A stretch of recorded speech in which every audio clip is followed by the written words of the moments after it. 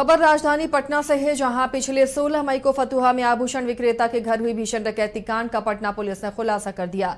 इस मामले में पुलिस ने 7 अपराधियों को गिरफ्तार किया है। गिरफ्तार अपराधियों में एक आभूषण विक्रेता भी शामिल है, जिसने लूट का माल खरीदा था। पुलिस ने अपराधियों के पास से 2 देसी कट्टा के अलावा लूट का आभूषण बरामद कर लिया है। पटना के ग्रामीण एसपी ने बताया कि पकड़े गए अपराधियों का पुराना आपराधिक रिकॉर्ड भी रहा है, जिसकी छानबीन चल रही है। अपराधियों ने आभूषण विक्रेता राजकुमार के फतुहा थाना क्षेत्र के गोरैया स्थान स्थित आवास पर पारिवारिक सदस्यों को बंधक बनाकर डकैती की बड़ी घटना को अंजाम दिया था। जो है कुल 7 अभियुक्तों को गिरफ्तार किया गया, जिनके पास से हम लोगों के द्वारा जो डकैती के दौरान जो सामान उनके द्वारा लिया गया था उसको भी बरामद किया है। साथ ही जो उस समय घटना में प्रयुक्त जो मोटरसाइकिल थे 2 उनको भी बरामद किया है। साथ ही जो उनके द्वारा जो हथियार जिनका भय दिखा के डकैती की घटना को अंजाम दिया गया था, उन हथियार को भी बरामद किया है। 2 हथियार हैं, देसी कट्टा, साथ में 4 जो है लाइव कार्ट्रिज भी जो है बरामद की। इस घटना में जो 7 अभियुक्त हैं उनमें से एक जो है ज्वेलर भी हैं, जिनके द्वारा जो है इन अभियुक्तों के द्वारा जो सामान डकैती के तहत लिया गया था उसको फिर बाद में है आगे खरीदा गया, और उसके बाद उनका जो है प्लान था कि उसको और आगे जो है मेल्ट करके या फिर जो भी है उसको गायब कर देना था। तो उसके बाद उनकी भी गिरफ्तारी इसके अंदर की गई है। कि जो अभियुक्त पकड़ाए हैं उनमें से कुछ अभियुक्तों का जो है हम लोगों के द्वारा पूछताछ के क्रम में ज्ञात हुआ है कि इनका आपराधिक इतिहास। नमस्कार, स्वागत है आपका न्यूज बाइस्कोप में। मैं हूं आसिया। बढ़ते हैं खबरों की तरफ। आज नीति आयोग की बैठक दिल्ली में है और इस बैठक की अगुवाई प्रधानमंत्री नरेंद्र मोदी कर रहे हैं। तमाम राज्यों के मुख्यमंत्री और कई केंद्रीय मंत्री भी इस बैठक में शामिल हैं। केंद्र शासित राज्यों के उपराज्यपाल भी इसमें शिरकत कर रहे हैं। झारखंड के सीएम हेमंत सोरेन भी बैठक में शामिल हैं। बिहार के सीएम नीतीश कुमार के भी शामिल होने की संभावना थी, लेकिन अभी कोई जानकारी नहीं मिली है। फिलहाल बता दें, नीति आयोग की बैठक की अध्यक्षता प्रधानमंत्री नरेंद्र मोदी कर रहे हैं।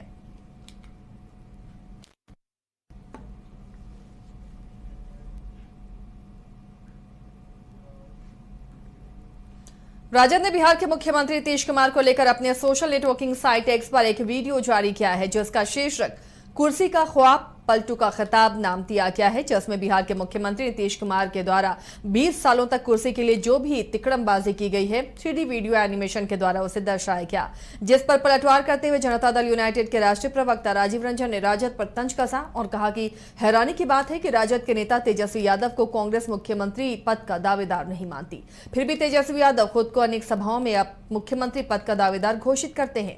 इस तरह के वीडियो के अलावा राजद के पास खुद के वजूद को बचाने के लिए कोई कार्य योजना नहीं है।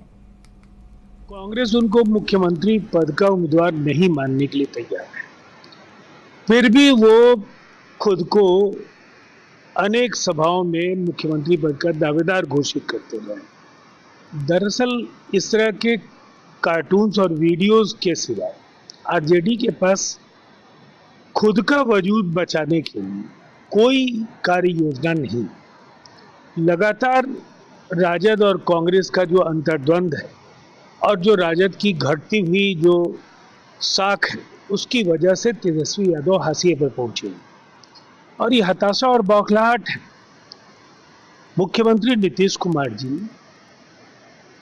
अपनी चाहत से मुख्यमंत्री नहीं बनते, जनता उनको पसंद करती है और जनता ने हर बार उनको अपना आशीर्वाद दिया, प्रचंड जनादेश दिया कि वो बिहार की विकास यात्रा को निरंतरता के साथ आगे बढ़ाएं।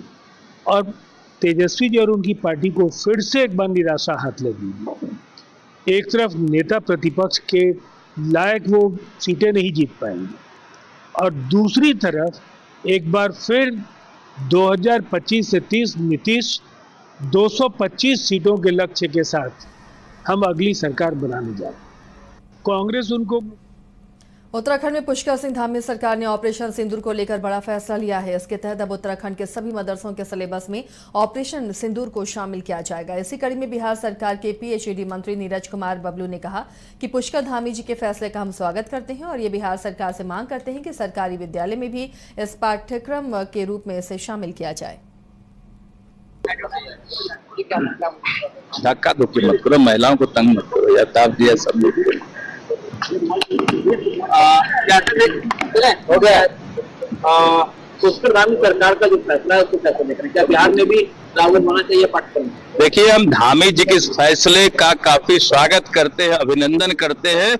उन्होंने बड़ा ही अच्छा फैसला लिया है कि जो हमारे देश के सेना का पराक्रम का इतिहास बना है, जो विषय आए हैं, इसे हमारे सब्जेक्ट में रखा जाए, स्कूलों में पढ़ाया जाए, ताकि आने वाली पीढ़ी जान सके कि सेना का किस तरह से पराक्रम रहा। एक परमाणु संपन्न देश पे के सीने पे चढ़ के कैसे हमारी सेना ने हमला करने का काम किया, पाकिस्तान को तबाह करने का काम किया, ये हमारे आने वाला पीढ़ी जरूर जाने, जरूर पढ़े। इसलिए उन्होंने फैसला लिया कि मदरसा हो या किसी स्कूल में इसे पढ़ाया जाएगा। हम भी मांग करते हैं कि बिहार सहित पूरे देश में इसे पढ़ाया जाए, चाहे मदरसा हो, चाहे संस्कृत विद्यालय हो, चाहे हिंदी विद्यालय हो, सबको जानना चाहिए, सबको पढ़ना चाहिए और आने वाले पीढ़ी को जानना चाहिए कि हमारे सेना का क्या पराक्रम।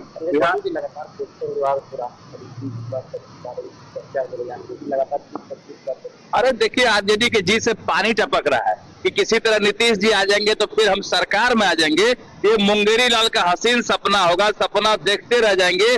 और जो हाल आरजेडी का है, जिस तरह से आरजेडी ने राज्य को लूटने का काम किया, बिहार की जनता जानती है कि आरजेडी लुटेरी पार्टी है। कभी चारा खा जाता है, कभी अलकतरा पी जाता है, कभी जमीन हड़प लेता है।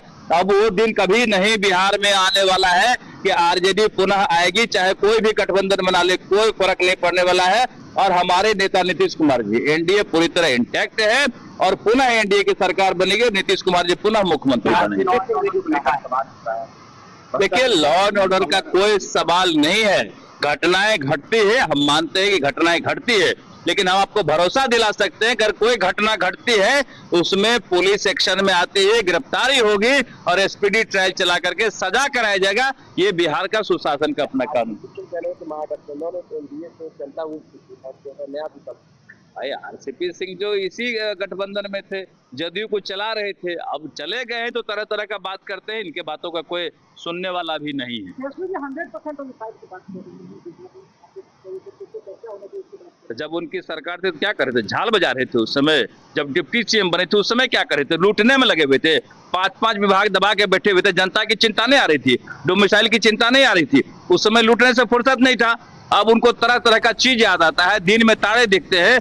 अब दिन कभी नहीं आएगा कि भागलपुर के नवगछिया पुलिस के रंगरा थाना क्षेत्र में शुक्रवार देर रात खेत में चले पुलिस एनकाउंटर में कुख्यात अपराधी ढेर हो गया।